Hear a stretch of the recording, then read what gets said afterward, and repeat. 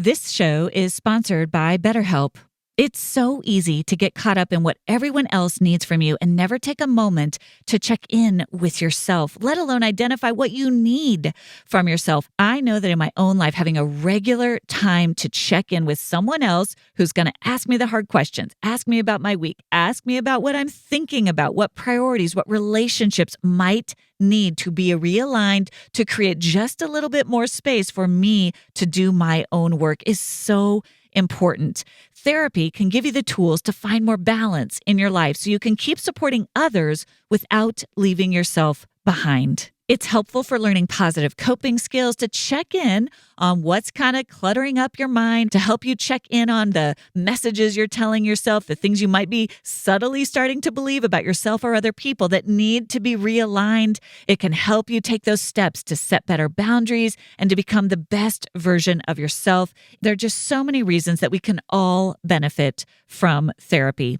If you're thinking of starting therapy, give BetterHelp a try. It's entirely online. It's designed to be convenient, flexible, and suited to your schedule. You fill out a brief questionnaire to get matched with a licensed therapist, and you can switch therapists at any time for no additional charge. Find more balance with BetterHelp. Visit betterhelp.com/bestofyou today to get 10% off your first month. That's BetterHelp, HELP.com/bestofyou.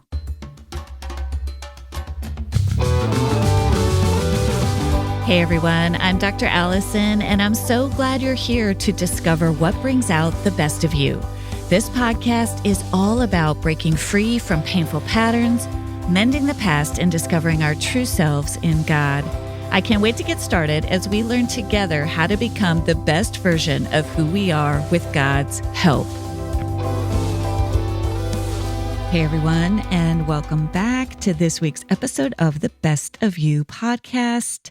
Today is the last episode in this series we've been doing called What Does the Bible Really Say? And it is packed.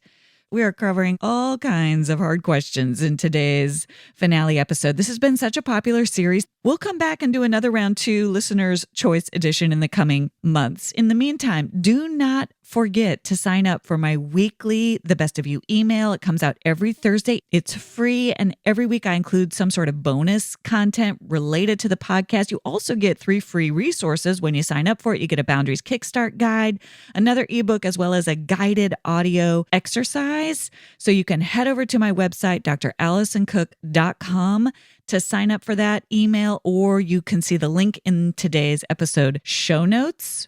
I am so excited about our new series that launches next week. Stay tuned for more information about that. I've been planning this one for a long time, and I cannot wait to share it with you. So thank you for being here. Thank you so much for just your notes, your comments, for what you share with me about what this podcast has meant to you.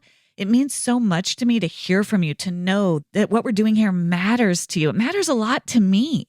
This is my passion. My life is bringing together my faith with psychology, bringing together what I know to be true of God, what I know to be true about the Bible into relationship with what I know to be true about the human self, about what it means to be human in this world, that we are not, as we talked about at the end of last week's episode, that we are not just quote unquote saved to get to a better place after we die, that we are in fact in the process of being made whole right now, which means we are in the process of learning how to live out our God-given lives, our God-given talents, our God-given abilities in our families, in our relationships, in our communities, in our own souls right now, right? The healing starts now, where we learn how to become more whole, more true, more emotionally regulated, more clear, more creative as we are parents, as we are friends, as we are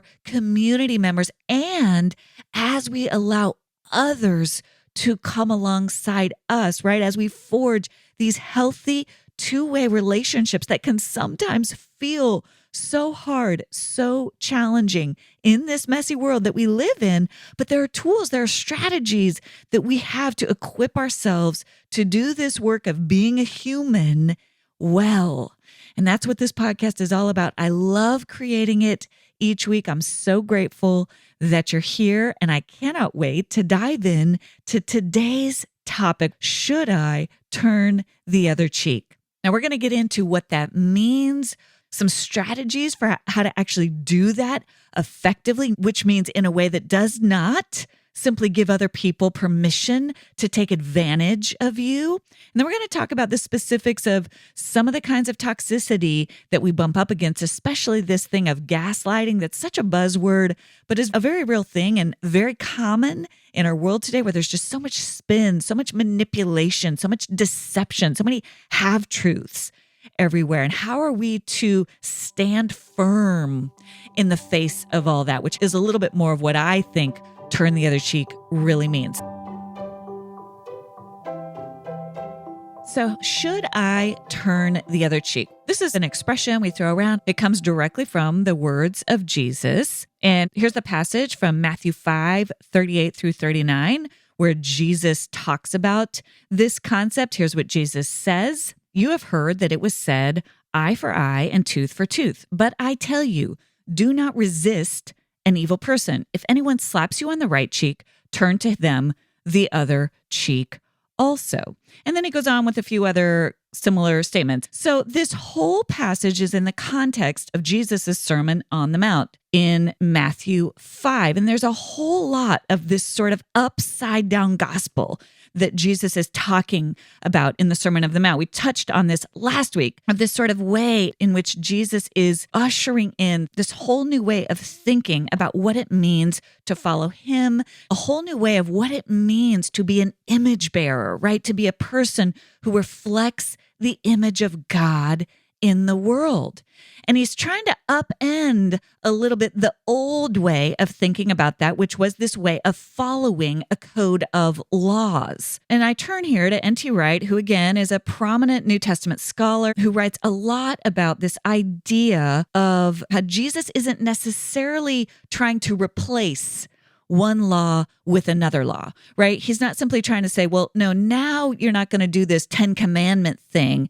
In fact, I'm elevating it to a whole new law, which is sometimes how we interpret this passage. You know, it's like, okay, the whole new way to be a Christian is we're just supposed to turn the other cheek, take mistreatment from others, just give everything away, just let everybody walk all over us. That's the new way, right, to follow God. And it's a lot more nuanced than that, according to Wright. What Wright says, and I think this is really true in the context of the larger mosaic that is the New Testament, is that Jesus is not giving prescriptions here. He's not giving mandates. He's describing what it looks like when you become a part of God's kingdom, where you're living as a beloved child of God. There's sort of this radical shift in how you orient to life, where you're living less from yourself, right? From that ego,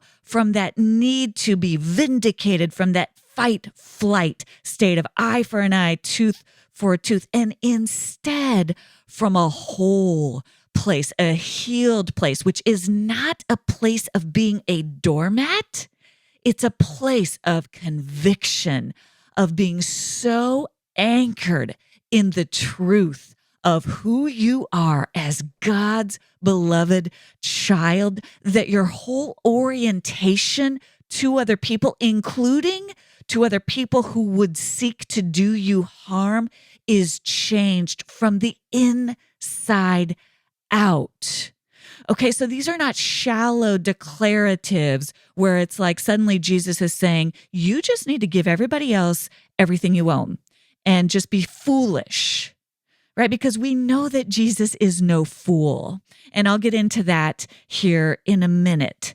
But I first just want to paint this broad picture here of Jesus is suggesting that when you live as a child of God and you live in this new kingdom that Jesus is ushering in, you are so anchored, so confident in who you are and in this life, this new life that God has given you, that you have tasted the nectar of ultimate reality. And it is so good and so beautiful. And you are so filled with the hope of what it means to be redeemed, to be made whole, to become that beautiful light-bearing person who has purpose, who has dignity, who is being healed of wounds, who is being brought into the wholeness of responsibility and of goodness and of beauty and of creativity, and becoming someone who walks with God with purpose in this life, that suddenly dealing with evil, dealing with people who want to hurt us, dealing with toxicity has a whole new connotation.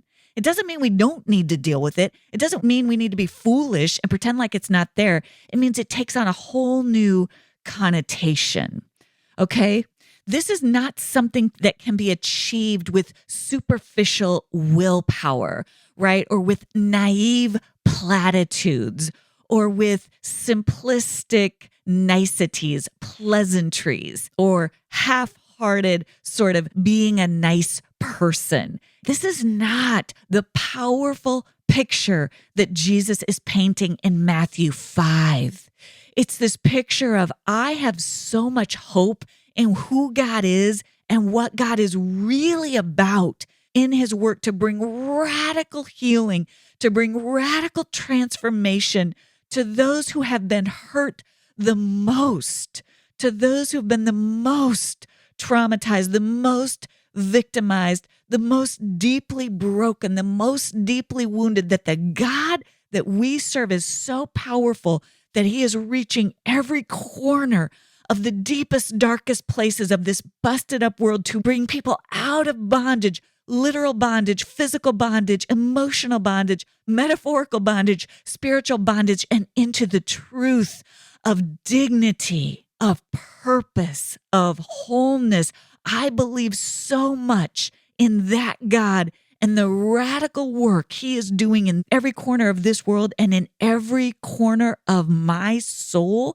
I believe so much in this vision that I begin to see that the last are actually going to be first, that I begin to understand what it means that those who hunger are going to be filled, and that those who are suffering are going to be comforted, and that those who are persecuted are going to find their freedom, and that I'm in fact a part of bringing those realities of wholeness, of healing, of redemption into being. There's a power in that allows us to orient ourselves to the insults, to the persecutions, to the violations, to the deceptions, to the false accusations in a different way, from a place of deep, grounded conviction.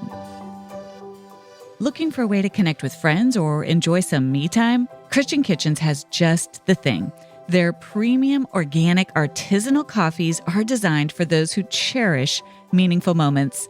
I love my Christian Kitchen's organic Sumatran dark roast. It comes in a bag called Courage, which I love to dig into every morning. And it has the best sort of earthy taste with very light acidity that is just the perfect blend for my morning cup of coffee to set me off on the right path for the rest of my day. In addition to making your morning great, their coffee is the perfect companion for brunches, Bible studies, or simply taking a moment to relax. And the best part is that every purchase supports a Christian-run, small, USA-based business. Visit ChristianKitchensCoffee.com and use promo code BESTOFYOU to enjoy 10% off your first order. Make every moment special with Christian Kitchens Coffee. I am so excited about Organifi Glow. It's a delicious raspberry lemonade blend that hydrates the skin, moisturizes, and supports your body's natural collagen production and elasticity. Your best complexion starts on the inside. Drink this vegan superfood blend daily to help promote a radiant, refreshed look.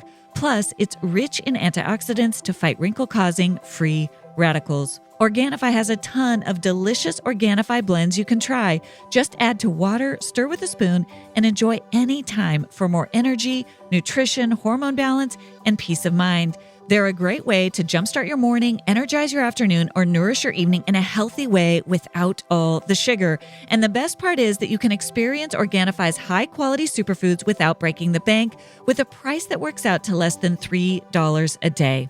Head over to www.organifi.com/bestofyou and use code bestofyou for 20% off your entire order.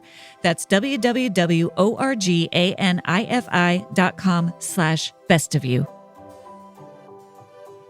So, against that backdrop, we arrive at this idea of what it means to turn the other cheek. So in many ways, and for many of us, this phrase has been used to suggest that as a Christ follower, as someone who loves God, that you are supposed to simply put up with abuse and mistreatment. You're supposed to be the bigger person, right? There's a way in which we're taught that what you're supposed to do is love the offending party into seeing the error of their ways, and that your loving response is what will prompt the other person to change. And sometimes that works. Sometimes we are called in certain situations to simply show grace, show mercy, right? There is a time and a place for that, but that's not always the best strategy in real life.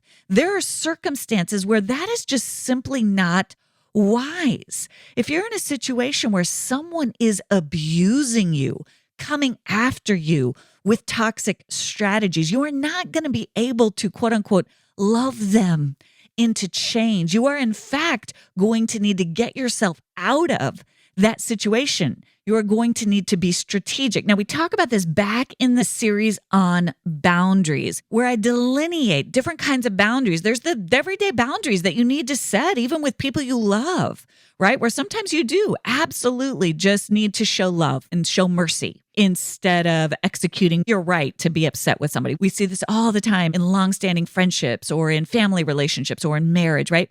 But in that series, I also delineate when you need to say no to toxicity, which is a very different type of strategy. That's in episodes 24, 25, and 26, right? Some of those different ways of setting boundaries that are appropriate for different types of different situations. In these types of scenarios where you're in a toxic situation, where you're being abused by a spouse or a boss, maybe you're being harassed, maybe you're being systematically undermined or manipulated, maybe you're being bullied, maybe somebody is lying about you or spreading lies about you behind your back.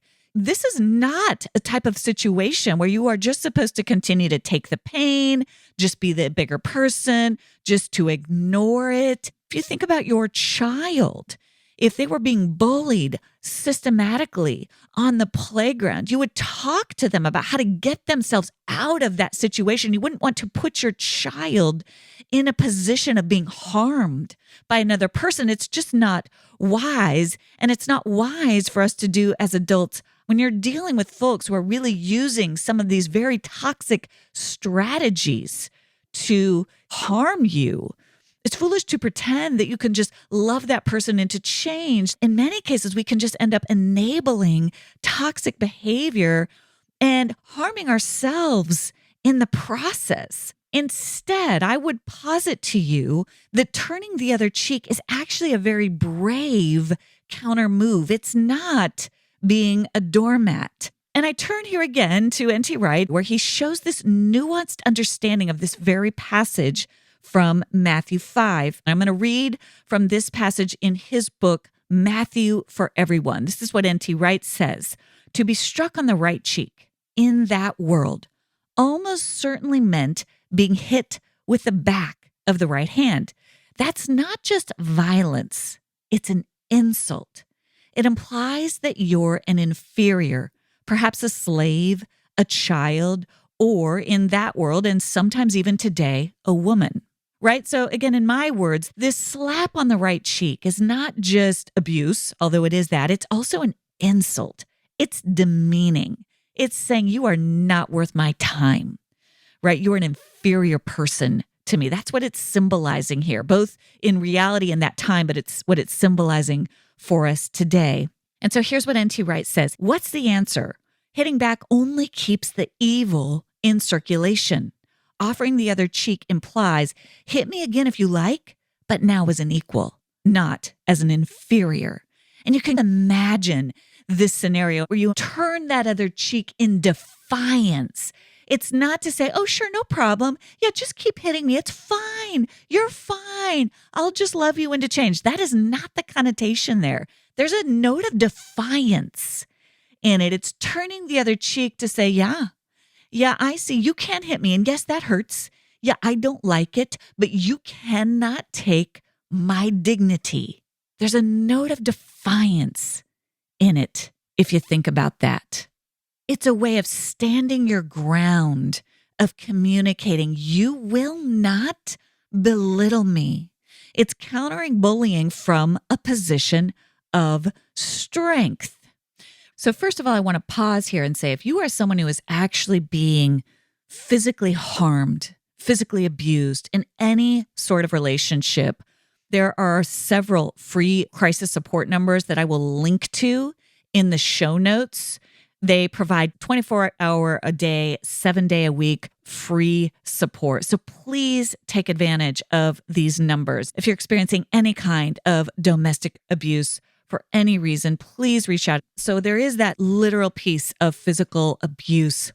But in many instances, we also find ourselves in these situations in maybe less literal ways where we're being emotionally or psychologically manipulated, or just guilt-tripped or harmed by someone who is really trying to demean or belittle or manipulate us in ways that are disempowering and in ways that call for very serious responses. Imagine if someone came up to you at work or berated you publicly, and imagine you had the inner fortitude, the inner strength, the inner conviction to simply stand your ground, let them finish their diatribe, look them in the eye, not flinching, and say, are you done now? Right? That's the connotation here. Now, that's really hard to do, but there's power in that. That's not being a doormat. There's power in standing there and saying, yeah, you come at me. You come at me with all you got, and you cannot shake me because I am still standing here. And you might be able to scream at me. You might be able to use all these tactics. And guess what? I am still showing up. I am still going to create. I am still going to use my voice. I am still going to live my life vibrantly because you cannot take that from me. It's that kind of energy. And I see this all the time with people where these bullies come in, whether it's online or whether it's in your community group or whether it's in your church, and people are talking behind your back or they're trying to take you down a peg or two. And it's painful. Don't get me wrong. It's painful. And you need to get support and you need to get a herd around you. You don't want to do this alone. You need to get people around you, right? But this is the connotation of turn the other cheek. And listen, it takes a minute to get there. You know, there's no shame, right? Because we get hooked. We get hooked into the fight. We get hooked into the screaming match. We get hooked into the yelling match. We get hooked into trying to meet them on those petty terms, right? We get hooked into it, and there's no shame in that. Please hear me say that. There's no shame in that. This is a process. But I'm trying to paint a picture for you of the goal, because I think that's what Jesus is getting at here. It's so much deeper than just playing the doormat, right? It's so much deeper. It's standing there in your full power in the face of your enemies, right? I think of David in the Psalms when he says, you set a table for me before my enemies. And it's that kind of thing. It's like, man, they're there. They're out there. They're gossiping about me. They're saying mean things behind my back. They're trying to take me down. They're criticizing me. They're trying to hurt me. And I'm sitting here and I am just feasting on what the Lord has put in front of me, this banquet that he's placed in front of me. And yeah, I can see them. They're off in the distance there, those ones, my enemies, the ones who want to hurt me. But I'm here feasting because God is for me. And when God is for me, who can be against me? Right? It's that kind of energy. It's that kind of energy. It's knowing so deeply that who you are is so important and so valued and matters so much to God that you can feast on the goodness of God in the face of your enemies. And that is a powerful weapon. That's what I want for you to understand today as we talk about what it means to turn the other cheek. I want you to begin to go, you know what? I'm not fighting this battle on their terms anymore. That's their battle. That's their war. Those are their weapons. I got different weapons. And the weapons I have are the weapons of I am loved, the weapons of I have a God who anchors me. And that allows me to be shrewd. That allows me to turn the other cheek and say, all right, you might win this stupid petty battle over here, but I've got the victory in my life because I'm doing the work over here of healing my soul through therapy. I'm doing the work over here, building up alliances with people who want to be good to each other, who want to be kind to each other, who love each other, and who are building beautiful spaces, right? Where we speak truth and we speak goodness and we speak light. And we are creating more and more pockets of goodness. And that is our battleground, right? That is our battleground. And I'm finding other light bearers who want to do that work with me, right? I'm telling my story in communities of people who have compassion, people who are of courage. That's brave work. Next week, we're going to be talking to Kurt Thompson about these confessional communities where people come together in these groups where we tell our stories honestly, bravely, in safe places where we are heard, where we are seen, where we are loved. And as we do that work, there is no match for the power that we unleash in this world. Turning the other cheek is not just taking the pain. It's saying you can harm me, but you cannot take my dignity. And I am going to start taking all of this energy that I've been letting you suck me dry with and put it over here into the work of healing. It is not enabling someone. It's getting yourself out of a toxic situation with as least damage to yourself as possible. For more practical, tactical ways to do that, go back and listen to those episodes in the Boundaries series. I'll link to them in the show notes. I go through practical scripts and tips in those episodes, but I want you to understand that is what turning the other cheek does not mean that you give somebody the best of who you are. It means that you turn your cheek in the other direction. You know exactly what is happening and exactly how you feel about it, and that you will give exactly as little as possible of your own best energy to that situation anymore. You will be turning your energy into anchoring yourself in the support of health, of wholeness, of goodness. You will no longer let them take the best of who you are. I want to turn here briefly to how you deal with some of these psychological forms that we really need to address and not let people use against us. It could be anything from just someone who's constantly criticizing you to someone who's manipulating you, right? Where they're really trying to twist you or guilt trip you into doing something you don't want to do. And it's really subtle sometimes. Well, okay, I guess if you don't really want to do that, I'll just suffer. It'll just be really hard for me. And, I don't really feel like you're loving me. You kind of get that martyr complex from somebody when they're guilt tripping you or trying to manipulate you, that we might see in a parent or in a friend, where they're trying to get us to do something that we just don't really want to do in good conscience, all the way to this idea of gaslighting, where somebody is systematically trying to make you feel crazy, right? They're manipulating the truth and then going on the offense to put you on your heels, to put you on the defense. For example, let's say if someone borrows your phone, right? And you catch them, like your phone isn't where you left it and they've been using it and they didn't return it to you. And you go to that person and you say, hey, you borrowed my phone. Can I get it back? And they're like, I didn't borrow your phone. What's wrong with you? Why are you so paranoid? Why are you so controlling? right? And so they've lied. First of all, they did borrow your phone or they did do the thing. And then they've also turned it against you as if to make you feel like you're crazy. Like, wait, what's wrong with me? Why am I this kind of person? Why am I a bad person? It's this really insidious, toxic form of psychological abuse.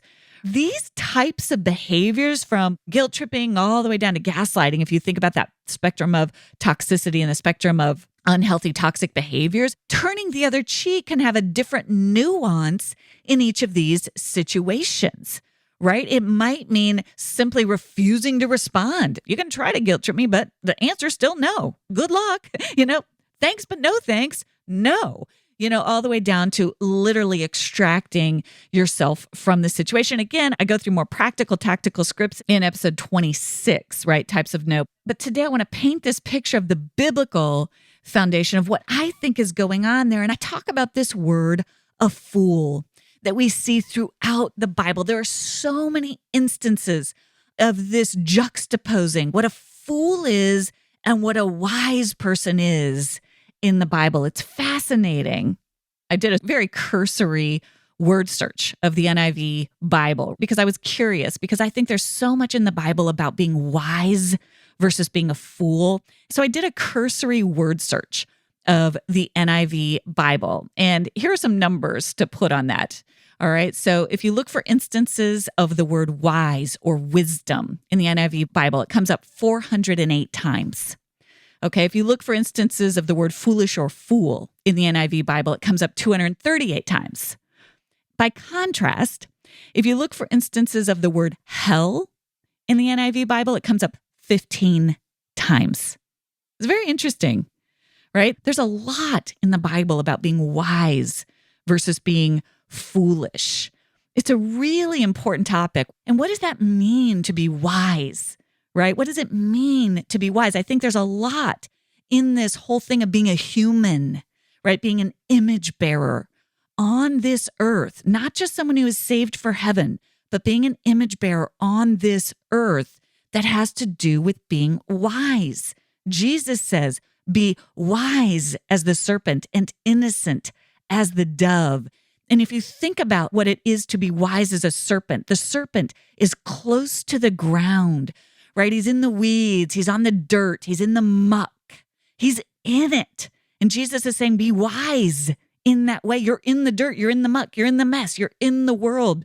Be wise. And if you think about the dove kind of is above it all. She's flying in the beautiful blue sky. She's pure. She's out of the muck, out of the noise. She's innocent. We need to be both. We need to be wise in the muck and the mud and innocent as the dove, where we can soar above and be uncontaminated and set apart. It's both. This work of becoming a human, becoming an image bearer, becoming wise in this life we have now is a lot of both. It's figuring out how to navigate the mud and the muck. And even as we figure out how to soar like that dove, we need both. Life involves both. We get those moments of soaring, and we also have to figure out our way through the weeds and the muck. Wisdom comprises both, right? We have to learn how to do both. And so when we think about this being wise as a serpent, it's going to involve some of this yuck, some of this toxicity, some of this gaslighting, some of this psychological warfare, and in some cases, physical warfare against us. We got to be shrewd through that. We see so much in the Bible about that. It's so frustrating to check a label only to find all sorts of hidden sugars, especially when it's vitamins for your kids. Hiya vitamins are made with 0 sugar and 0 gummy junk, yet they taste great and are perfect for picky eaters. Formulated with the help of nutritional experts, Hiya is pressed with a blend of 12 organic fruits and veggies, then supercharged with 15 essential vitamins and minerals, including D, B12, C, zinc, folate, and many others to help support immunity, energy, brain function, mood, concentration, teeth, bones, and more. Hiya is designed for kids of all ages and sent straight to your door, so parents have one less thing to worry about. The bright yellow bottle, complete with stickers and great taste, makes taking vitamins fun for kids of all ages. We've worked out a special deal with Haya for their best-selling children's vitamin. Receive 50% off your first order. To claim this deal, you must go to hiyahealth.com/bestofyou. This deal is not available on their regular website. Go to hiyahealth.com/bestofyou and get your kids the full body nourishment they need to grow into healthy adults. So I want to give you a picture of what the Bible paints about what it means to be a fool, because there's a lot in the Bible about what it means to be a fool. Here's some of what the Bible says. Fools care nothing for thoughtful discourse. All they do is run off at the mouth. That's from Proverbs 18:2. Fools are headstrong and do what they like. That's from Proverbs 12:15. Liars secretly hoard hatred. Fools openly spread slander. Proverbs 10:18. The words of a fool starts fights. Proverbs 18:6. Fools are headstrong and reckless. Proverbs 14:16. Fools leave a wake of wrecked lives and lies about God, turning their backs on the homeless, the hungry, and ignoring those dying of thirst in the streets. That's Isaiah 32:5-7. Here's my summary of those verses. Fools don't care about thoughtful discourse. Do we see this in our culture today? Do we see people really trying to engage thoughtful discourse? We used to use this phrase in graduate school, right, about complicated problems. And this wasn't from a secular graduate school. This is a concept from psychology, where we would talk about complicated problems are the kinds of problems about which reasonable people can reasonably disagree. Think about that for a minute. Complicated problems are those about which reasonable people can reasonably disagree. Most of life is complicated problems. It's complicated problems about which we have to learn to be reasonable people who reasonably disagree. This is what it means to be married. This is what it means to be a friend. This is what it means to be a church community. This is what it means to be a neighborhood. This is what it means to be a nation. We have to come together as reasonable people who can reasonably disagree. There's a lot of room for disagreement about a lot of problems. Now, there are some problems about which we can't reasonably disagree. They're just wrong. But there's a lot about which we can reasonably disagree. There is so little of that we see in our culture, in our world, in our neighborhoods today, right? Fools don't care about thoughtful discourse. Fools don't care about respecting others. Fools harbor bitterness and lies and gossip. Fools are more interested in starting fights than in really engaging dialogue. Fools are reckless, and fools do not care about the people who are hurting the most. That's how we measure a fool, and that is not who we want to be. We need to not become fools, and we need to watch out for the fools. That's where you need to be shrewd, wise when you're dealing with a fool. When you consider this idea of what it means to turn the other cheek, it doesn't mean letting a fool take advantage of you. It means being able to call out, oh, that's foolishness. That's just downright foolishness. I want no part of that. That's not what it means to be a child of God. That's not what it means to be a person who is wise. I want no part of that. That's how you turn the other cheek. When you spot a fool, you call it out for what it is and you take no part in it. You get yourself away from it as fast as you can. So number one, do everything you can, first and foremost, to not be a fool. Lesson number one is to not be a fool. Instead, you want to become someone who is wise, right? So what does that look like? What does it look like to become someone who is wise? Well, there's a couple of things. I'm going to read for you from Scripture some of these passages about what it looks like to be wise. Escape quickly from the company of fools. They're a waste of your time, a waste of your words. That's Proverbs 14:7. Do not speak to fools, for they will scorn your prudent words. Proverbs 23:9. Don't respond to the stupidity of a fool. You'll only look foolish yourself. Answer a fool in simple terms so he doesn't get a swelled head. Proverbs 26:4-5. There's so much wisdom in these passages. Here's more. Fools are undone by their big mouths. Their souls are crushed by their words. Proverbs 18:7. The person who plants selfishness, ignoring the needs of others, ignoring God, harvests a crop of weeds. All he'll have to show for his life is weeds. Galatians 6:7. A fool lets it all hang out. A sage quietly mulls it over. Proverbs 29:11. So there's sort of a picture here we're arriving at. How do we respond to fools? Well, number one, we call out fools when we see them, right? We start to identify them. We want no part of them. Number two, we limit our words and our interactions with them. Less is more when it comes to communicating with someone who is a fool. We don't play the word game with them. We, number one, won't win because that's what they're good at. And number two, we just don't have the time of day for that. It's not worth our time. We resist attempts to explain ourselves or get them to understand. Our actions speak louder than our words when it comes to the fool. And then the other thing that we get at is we let the foolish person suffer his or her own consequences. And this can be challenging, right? But there's a way in which the scriptures teach fools are going to take themselves out at a given point. They're going to bury themselves in their own rubble, right? And so one of the most loving things you can do is just quarantine the fool. Keep yourselves away from them so that they're not harming you. Neutralize them, and then kind of let them burn themselves out. And this can be hard if you're somebody who's empathetic. You kind of want to save the person.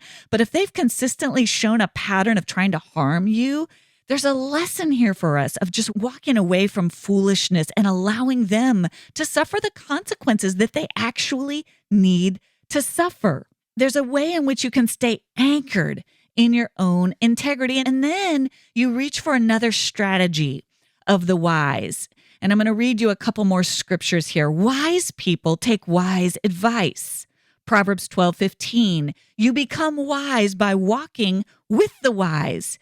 You hang out with fools and watch your life fall to pieces. Proverbs 13:20.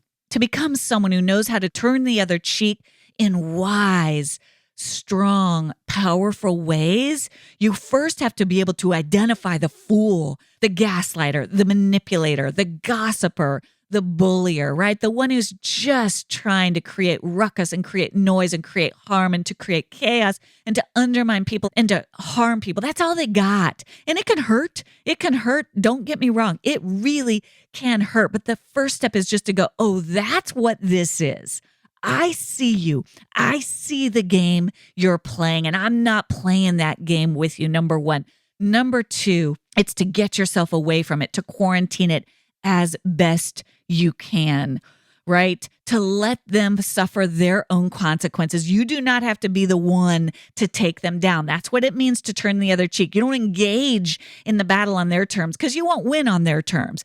But you turn that other cheek and go, oh, I see what you're doing. No, I'm not playing that game with you. I'm not fighting fire with fire. And number three, instead, I am going to go surround myself with other people who are interested in becoming wise, who are interested in building good things, who are interested in using their power for good. Those people are out there. I promise you they are. And stay tuned for our next series starting next week because we're going to talk all about how to find them. But those people are there. And so if you want to turn the other cheek, you stop messing around with those fools and you start anchoring yourself in your own dignity and you start finding those other people to align yourself with in standing on the truth of what it means to be wise in this world. God has called us to be innocent and to be wise in this world. God has called us and equipped us to live in with integrity, with conviction, with courage, with confidence, knowing that we have the God of all goodness, of all truth, of all strength on our side.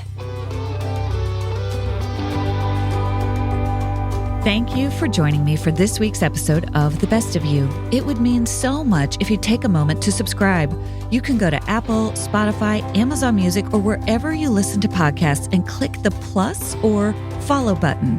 That That will ensure you don't miss an episode, and it helps get the word out to others. While you're there, I'd love it if you leave your 5-star review. I look forward to seeing you back here next Thursday. And remember, as you become the best of who you are, you honor God, you heal others, and you stay true to your God-given self.